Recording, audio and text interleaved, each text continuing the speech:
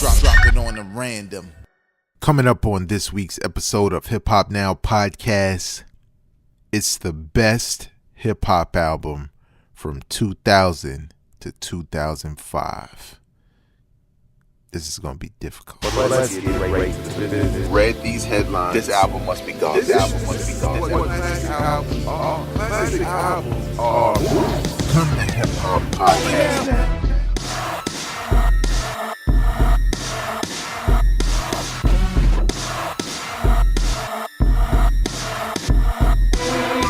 What up, y'all? I'm your host, Vegas, and this is Hip Hop Now Podcast Extra, a podcast designed to catch you up on all things hip hop music and culture that happen throughout the week. Returning listeners, what up? Thank you for sharing. Keep it going. Thank you for subscribing. Keep it going. Thank you for liking. Keep it going. But you got to comment a little bit more. You know, I want to know what y'all thinking out there. New listeners, what up? I hope you enjoy your stay. I got some Henny here. If you, if you don't drink Henny, I got some light liquor. It's called water. I'm just joking. But I do appreciate you for coming through to this podcast. Hopefully you stay. Hopefully you hit that subscribe button, that like button, and more importantly, share it with people you know enjoy this kind of content. Now, this is, I believe, the first Hip Hop Now Extra of 2019. So, as y'all know, if you've been a long time listener, I like to do these things in recent years where we have to start commemorating these years and start breaking down a little bit more of the history of hip hop, because we coming across the anniversary of a ton of dope albums and records and moments and things of that nature. Like this past week was the 25th anniversary of the release of Wu-Tang Clan's single Cream. Classic record. Classic. You know what I'm saying? One of the greatest hip hop records of all time. I believe I tweeted on Twitter that, the first time I heard Cream, man, it was just like that beat was something I never heard before in hip hop. You know what I'm saying? It was strange, but it was strange in a good way. Like you head nodding, like you're trying to figure out, like, what the hell was the RZA thinking when he made this joint? You know what I'm saying? Combined with street lyrics about life and coming of age. And it was just such a dope record. And then, you got the acronym Cream, Cash Rules Everything Around Me. Just so nostalgic and dope. And, because it's 2019 and as we approach 2020, I figured for this podcast, what we would do is throughout this year, I'm going to take 5 years from 2000 as we work our way to 2020. And for 5 of those years, I will decide what is the dopest album within those 5 years. So right now we're doing 2000 to 2005. Obviously, the next episode would be 2006 to 2010, right? Let's just say that. Because we're going to try to keep it as even as possible, because what we want to do is by the time I reach 2015 to 2020, we'll be at the end of this year and we can, kind of incorporate whatever released in 2019. You dig what I'm saying? So let's get right into the business at hand. And I'm going to tell you like this is how we're going to do it every episode going forward. I am going to tell you the best albums that came out from 2001 to 2005. Now, this is the thing, right? There are a ton of albums that came out within this time that will not be mentioned. Not because they're trash, not because I am, the hip hop overlord and I feel like, shut up, watch your mouth and shut up because it's my law. It's only because the albums that I'm going to mention were the biggest albums in hip hop for the most part. From some of the biggest artists, most talked about, most popular. And when you think about, us being 2019 and the anniversary of some of these albums as they come up, a lot of people throw classic on a couple of them. They throw the tag of classic on a couple of these albums. So also, you're going to hear more than one album from one artist. Why? Because some artist was putting in work in between 2000 and 2005. Putting in enough work to have 2 dope albums on this list. So, since we are 5 minutes into this podcast, let's get started. And I'm going to tell you like this. 2000 was a serious year for albums, right? Let's just name some of those albums that came out in the year 2000. What do we have now? We have Eminem, the Marshall Mathers LP, which was released in 2000. For a very long time, I considered it my favorite Eminem album, but I think another album in recent years has trumped it, and it's on this list also. Also released in 2000, Common, Like Water for Chocolate. This was right before Electric Circus. Common was coming off of the album One Day It All Makes Sense, which is my favorite Common album. Extremely dope album, some Jay Dilla stuff on there that, trust me, it's bananas. Reflection, Eternal Train of Thought was also released in 2000. Talib Kweli and High Tech. Need I say more just to get by? Crazy dope album. Outkast, Stankonia. Now, this isn't my favorite Outkast album, but a lot of Outkast fans love this record. You know what I'm saying? And I love Sorry Miss Jackson. That record just doesn't get old to me at all. And the last that's on this list from 2000, Ghostface Killah, Supreme Clientele, just celebrated anniversary. Such a dope album, arguably Ghostface's best album. Recently on my other podcast, That Time in Hip Hop, we did a kind of like an anniversary joint for that album. And we talked about a number of things, so you can check that out on YouTube. It's called That Time in Hip Hop. 2000 was a hell of a year, man. Let's talk real quick about some of those projects that was released. I think I forgot to actually write the date on it. Hold up, we don't want to do that. We don't want to lose track of what came out where, because you know how the internet troll do. He could love this show, but he's standing by like, yo, actually, you wrong, dog. Yo, you supposed to know about hip hop, and you don't even know that. Like, I don't usually pay those guys any mind. They usually don't mess with me, which is fine. But we want to keep things in order. Okay, I have the year here. I'm just going to type that in just so we can have that boom on display. All right. So Eminem, the Marshall Mathers LP, Eminem's sophomore album. Yeah, following his debut, the Slim Shady LP. This album really took Eminem to another level as far as his mainstream status. This is the album that said, okay, you're not just gimmicky. Okay, we didn't just like you when you did the Guilty Conscious joint with Dr. Dre. Eminem is here to stay for a number of reasons, because there's songs on here, obviously, that fit that niche of the goofy record that, honestly, some form of hip-hop fan, I can't even say hip-hop fan base, some fans made that part of Eminem very popular, so he kept doing it every album. The goofy, I'm psycho, I'm crazy, like, people loved it. It's Slim Shady, which is fine, whatever. But also on this album, arguably Eminem's greatest achievement as a artist, not even just an MC, but as an artist, Stan is on this album. And obviously this is not a concept that's so groundbreaking it blows your mind. It's just a concept that you wonder why nobody did it to this degree sooner. And even if they did, I think what made it work for Eminem so much was usually when he had a single, it was the goofy stuff. And Stan was something different. Eminem was rhyming differently. It showed a different side of Eminem. So, very dope album. Came out 2000. Like I said earlier, Common, like Water for Chocolate. This could be arguably Common's best album. Definitely as far as production goes. It might be his best album as far as production goes.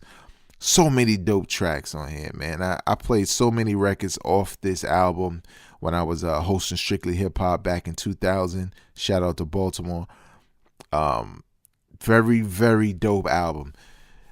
Also competed a lot with this next one, Reflection, Eternal Train of Thought, which came out in 2000. Man, the blast, forget about it, and it kind of, one like reoccurring theme around this time, hip hop was kind of firing on all cylinders when you think about some of these albums I'm naming in 2000, where you have, Eminem has what he does basically. Common does what he does, which is more, rooted in the foundation as far as the sound of hip hop. Then you got Reflection, Eternal Train of Thought, which is somewhat like Common's joint, but feels a little bit more revolutionary. Feels a little bit more like Public Enemy with high-tech beats and stuff like that. Outkast, Stankonia, Outkast again up in the bar, putting out an album that sounds completely different from the last album. Like, you know what I'm saying? Like nothing like any of their albums. None of their albums sound the same. That's the dope part about Outkast. None of their albums sound the same. So it's honestly, when it comes to Outkast, it should be very difficult for somebody to say what album's the best because none of them sound the same. You can't even compare them. At least with somebody like Kendrick, even though his 3 albums are different, they have a lot of similarities. Like Damn, to me, just might as well be to Pimp a Butterfly and Good Kid, Mad City mashed together. That's what it sounds like to me. Whereas Good Kid, Mad City and To Pimp a Butterfly are totally different from each other. But there's a lot of the same threads there. So it is what it is. And Ghostface Killah, Supreme Clientele, man, just goes without saying, man. Sophomore album for Ghostface comes out of nowhere, practically saves the Wu. The Wu in the early years had a streak of dope albums, basically damn near all classic except for maybe 2. I won't say which 2 because I ain't trying to get into it, but nevertheless, there was a lot being said about the Wu just not, being what it used to be. And Ghostface really brought the sound back to that traditional Wu-Tang Clan sound. So many hits on his album, it's not even funny. Let's go to 2001. 2001 had a couple of joints, but we're only going to name the best of the best. And there's not as many that's in 2000. So let's get it started. Jay-Z, The Blueprint, released in 2001, actually released on 9/11, September 11, 2001. If you don't know, but you should know, that's when a terrorist attack happened in New York and D.C. and, one of the planes went down, I believe, in Pennsylvania. And people still went out and bought this Jay-Z album. Now, I had it early, and I just remember, man, I listening to this joint. I remember listening to it. I think lyrically, I felt like it wasn't as good as some of the stuff that Jay had did before, which I still feel that way. I don't feel like The Blueprint is Jay-Z at his lyrical height. But as far as songs and beats, Jay-Z was on point. Now, there are songs on here where Jay-Z's in his bag, like You Don't Know, and obviously The Takeover. But, the Blueprint is an album that it reminded me a lot of Hard Knock Life without all the features.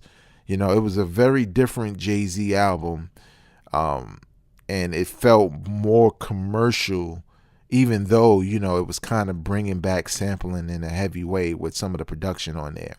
But an undeniable classic released in 2001, followed by Stillmatic by Nas, also released in 2001.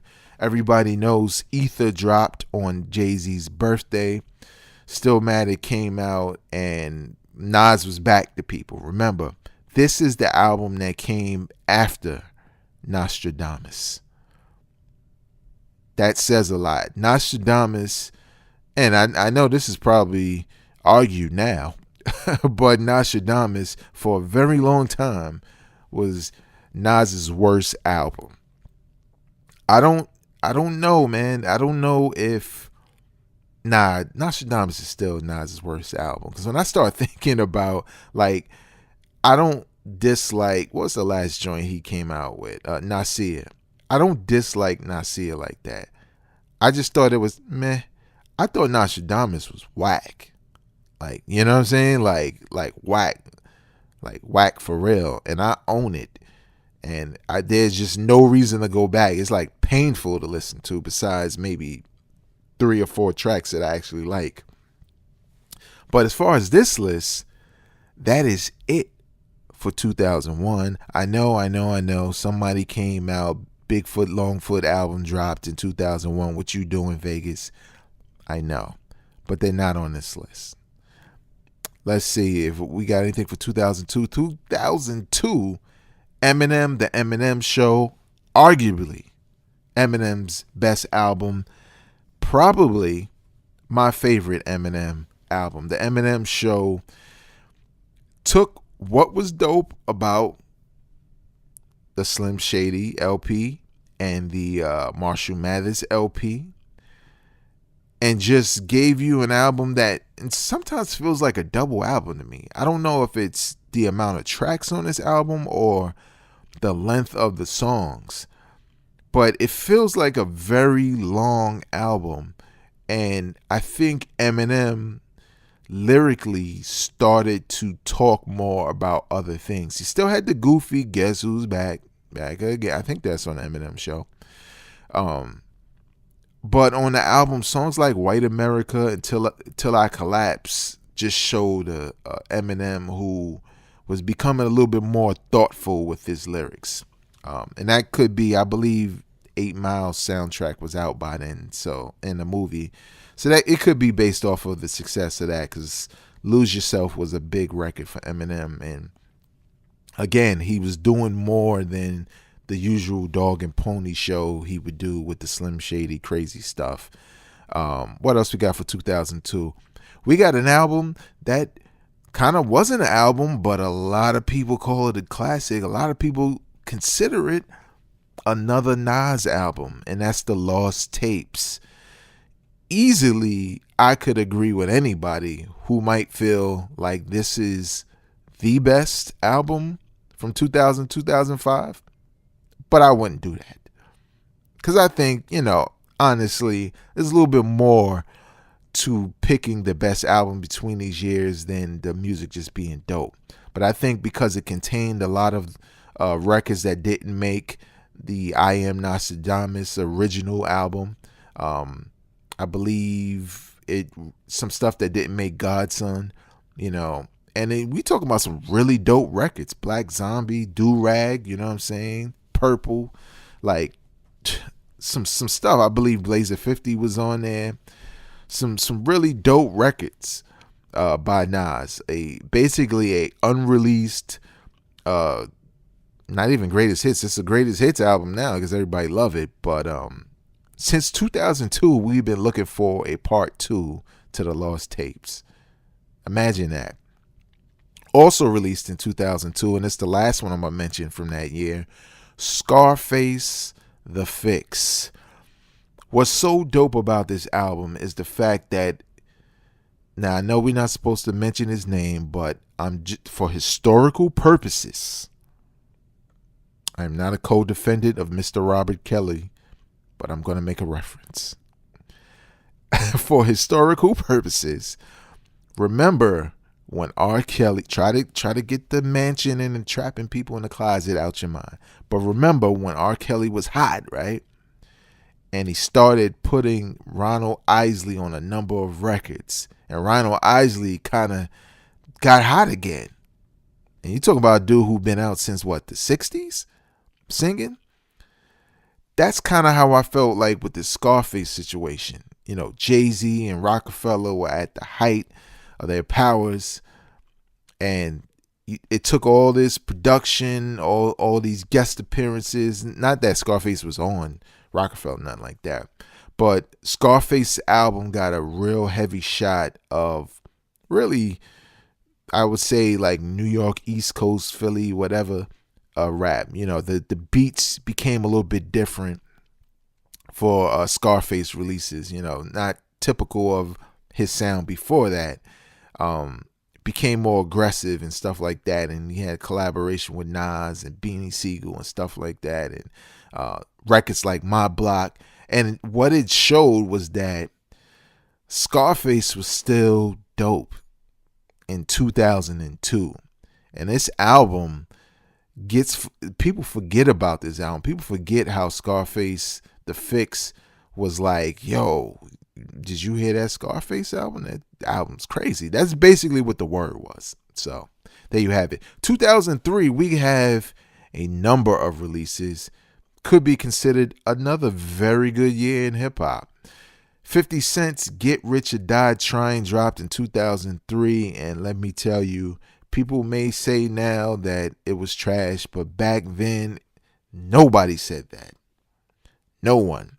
I don't think it's aged well in regards to how diluted 50's image became. Not necessarily in a bad way. He became a more successful businessman in different ventures, television, film. He had video games and all that stuff. But when Get Rich or Die Trying was coming, it was coming off the strength of this dude being shot, this dude being dropped from Sony, this dude getting his mixtape game up to the point where they were playing mixtape songs of 50 Cent and G-Unit on the radio in heavy rotation, and then signing with Eminem and Dr. Dre, as you can see, at the height of Eminem's career, and dropping an album that didn't compromise any of that. It still sounds street. Everything about it was everything you loved about 50 Cent and the G-Unit movement and the mixtape, and G-Unit just took over. Diplomats was fighting there a little bit here and there because they was still kind of in there. But Get Rich or Die Trying was a monster for 2003. Also released in 2003, the debut album of Little Brother, The Listening. Now, me personally, I wasn't on Little Brother when this dropped. And I remember hearing pieces of it, and I wasn't excited. I'm not going to front. It wasn't until another album that I was really all in. But I know a lot of people, this was their introduction. This is the thing that made Little Brother dope to them. So definitely deserves at least to be mentioned here. Also released in 2003, Jay-Z's The Black Album. Supposedly Jay-Z's final album. He was retiring in 2003. We're in 2019, and he just released an album with his wife last year. So guess what? If you're from the past, get your ass out of here. But seriously, Jay-Z had a retirement tour and all of that. Y'all was out there throwing up the diamond sign, crying, wiping your tears from your eyes, just wishing, just stay with us, Jay. And he like, goodbye. I really hated that part about the album, but nevertheless, very dope album, and it really was fitting. Like, if it was Jay-Z's last album, it was a really good album for that, with that in mind. To me, not Jay-Z's best album. Honestly, not even an album I go back to nowadays. Maybe, I don't know why, but nevertheless, dope album. Between that time came out 2003, Jay-Z The Black Album. And the last album on this list from 2003, T.I.'s Trap Music. My favorite T.I. album is Trap Music. I feel like this album is the best of the T.I. who was like underground and all of that, and the T.I. we know now that knows how to make a record and a little bit more polished. I feel like this is easily his best album because it kind of gives you the underground and the mainstream all in one, and neither is compromised in this album. 2004, I don't think we have many, but we have some great ones. We have Mad Villainy. That's Doom or MF Doom and Madlib's album released in 2004. I came to this album a little bit late. I wasn't a big Doom fan. He kind of grew on me a little bit later with albums after that. Came back to this album and it's like, wow, how did I let this go by? You know what I'm saying? And there are people who were on it from day one. So shouts to y'all. And the other album, the only other album on my list here from 2004, Kanye West's debut album, College Dropout. Now, wait, that was 2004? Yeah, I guess so. This album, obviously the singles were crazy and I was a big fan of what I heard. Wasn't too hot about the all the slander against going to college. Seemed kind of stupid, kind of counterproductive, given the fact that don't let some of these cats fool you. There's cats with college degrees that sign their checks, that work their albums, that do all these things, and not everybody works for them. And trust me, just because you're an artist and you talk slick doesn't mean anything. But forget all of that. College Dropout was a monster. Dudes started dressing differently. Book bags with blazers on, stuff like that. Sweaters, trying to look like Kanye West. Kanye West literally changed the hip hop game, and some people don't want to admit that. With College Dropout, though, it was a different kind of hip hop. It wasn't hardcore. You know what I'm saying? It was fun, but it still had a form of aggression to it. So. And the last one is 2005, and 2005 was a pretty formidable year itself. To me, this is Beanie Sigel's best album, hands down. Beanie Sigel, The Becoming, dropped in 2005. It was the album he put out right before he went to prison. He wasn't shot at this point, with his voice being different, if you're wondering, if you don't know that much about Beanie Sigel. I feel like this was the point where he made all the right records. I felt like in past Beanie Sigel albums, songs like The Truth were like, this is what Beanie Sigel should be making. But there were just too many records where they were trying to make him like in the same vein as Jay-Z, or even a Biggie when you think about it, a lyrical cat that can make party records. And that, to me, that was never Beanie Sigel. Nah, let Beanie Sigel make the grimy stuff. Let Beanie Sigel be reflective in his lyrics. Songs like Feel It in the Air, Purple Rain. I can go down the list, but trust me, a very dope album. One of my favorites. And to me, Beanie Sigel's best album. I said it. Also released in 2005, the comeback album for Common. It was called B. Produced by Kanye West. Kanye West bringing Common back to life after he went to the land of sweater hats and turtlenecks. That's called Erykah Badu's vagina. But he didn't get to see that. But this is a family podcast. Let's keep going. But nevertheless, a lot of people was like, when Common released the Electric Circus, which I will let you know, it has aged very well. It probably should have came out today. People would praise it. Go back and listen to it. But at the time, and when Electric Circus was released, which was probably 03 or 04,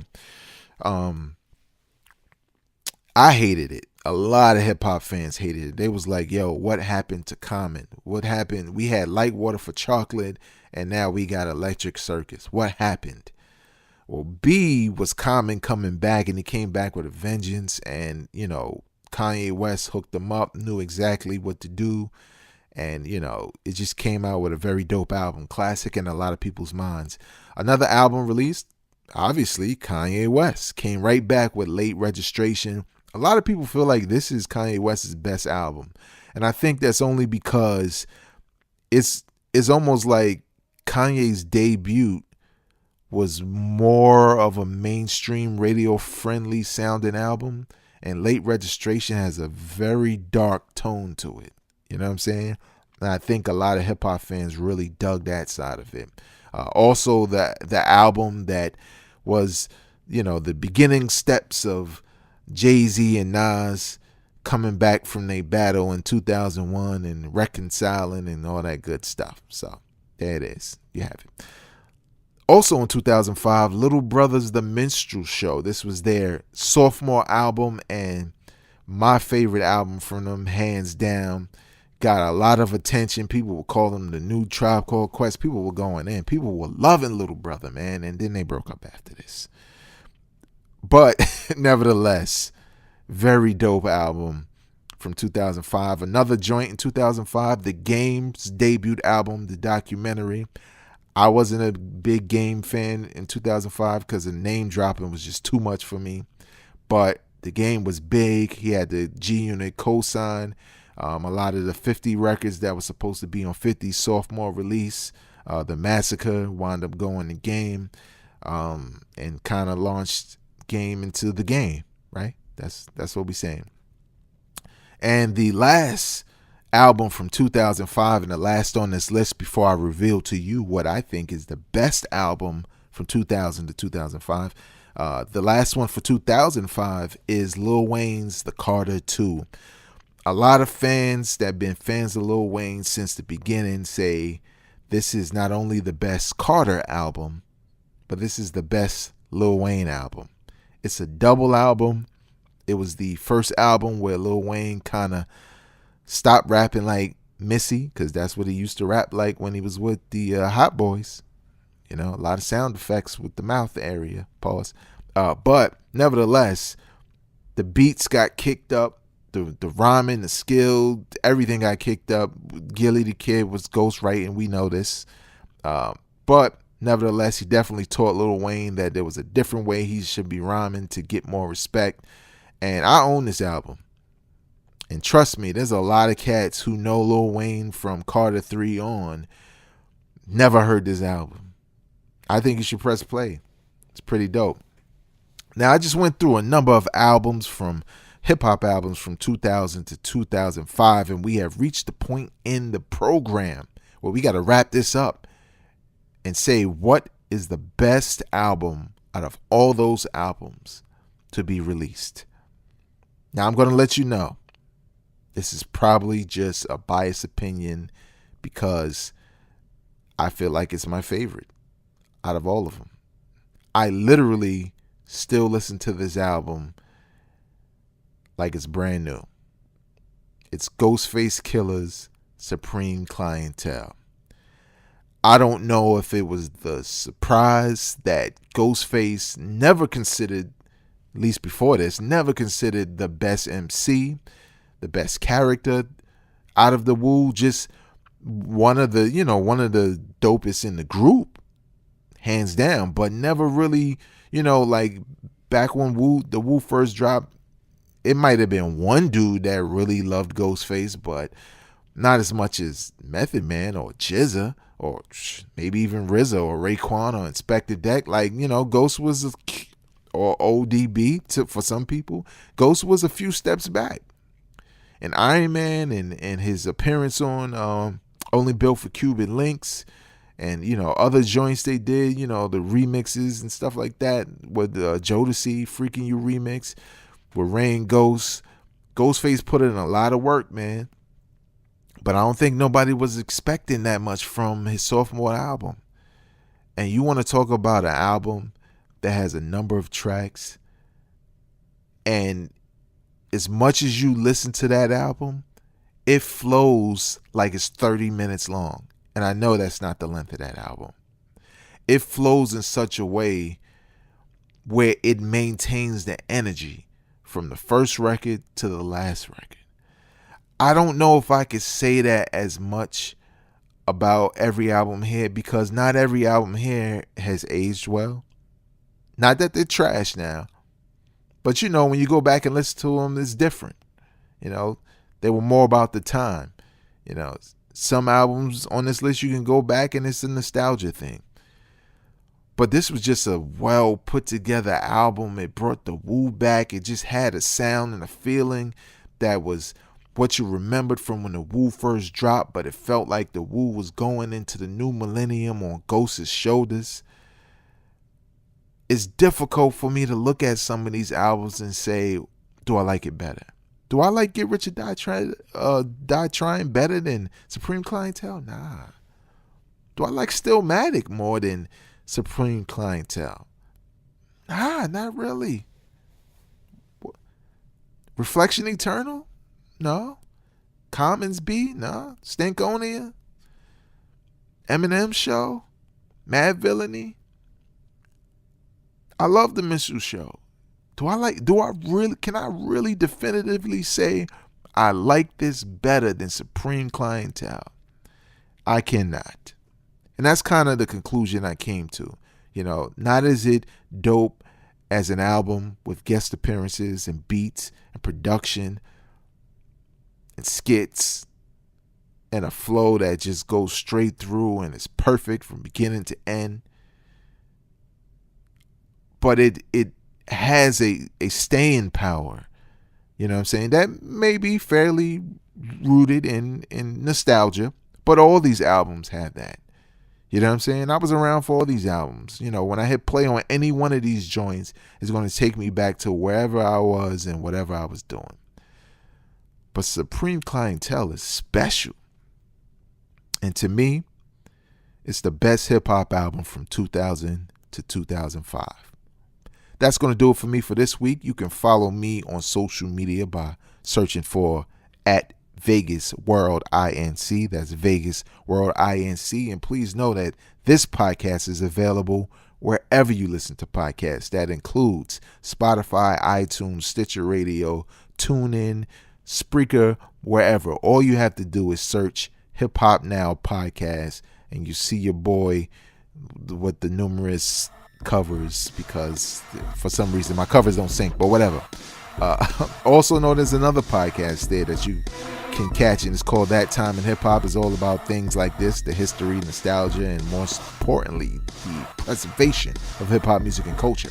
So hit that subscribe button, hit that like button, and of course, let me know what you think. What out of those albums I named, or maybe some albums I didn't name, which one is the best album to you from 2000 to 2005? Until next time, y'all, I am not a critic. I'm a fan. Peace. Drop it on the random.